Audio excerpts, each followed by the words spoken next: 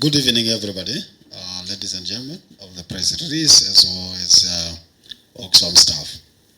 I would like to welcome you all to the press conference that has been organized by Oxfam after we had our visitors that came to come and also see what Oxfam is doing in South Sudan and also look at the challenges that we are facing and meet as well with the authorities, meet with the donors, ambassadors to discuss about the issues that we have in South Sudan. I think Oxfam has been in South Sudan since 1983. And since 1983, we have been working closely with the South Sudan people, doing all the humanitarian response, which can be climate change, conflict, displacements. And I think we have done quite. Thank you. Thank you for your patience, and good afternoon again.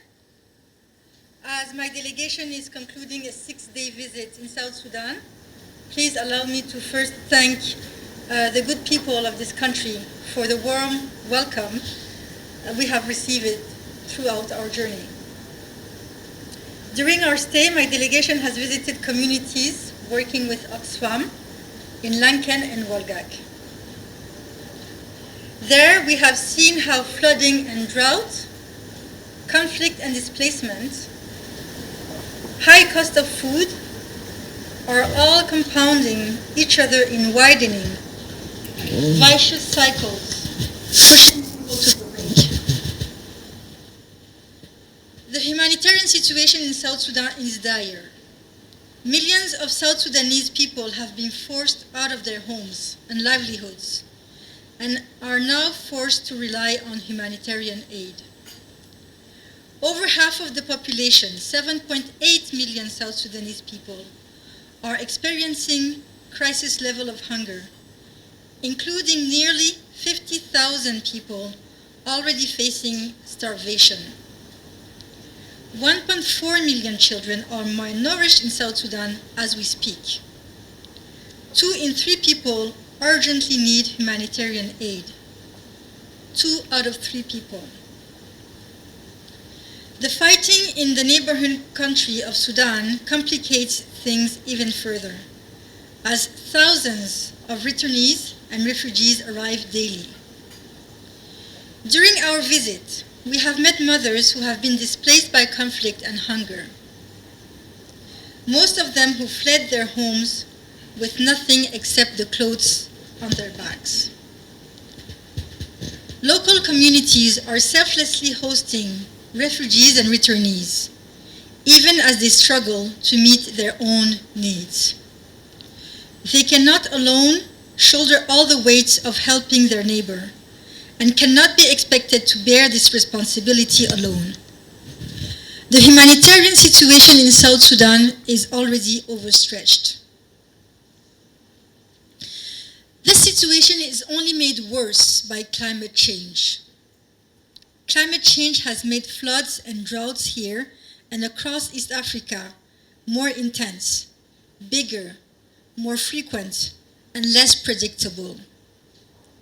South Sudan is one of the countries bearing the brunt of climate shocks, but it only contributes less than 0.01% of the global CO2 emissions.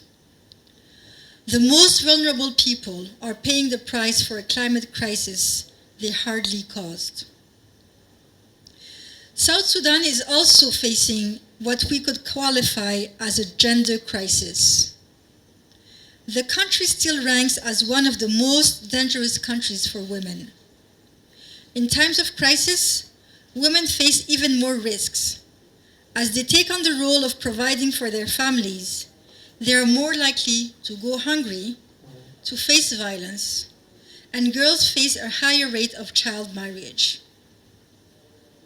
As Oxfam, we will continue mobilizing all stakeholders to bring relief and sustainable solutions to address the multifaceted crisis in South Sudan.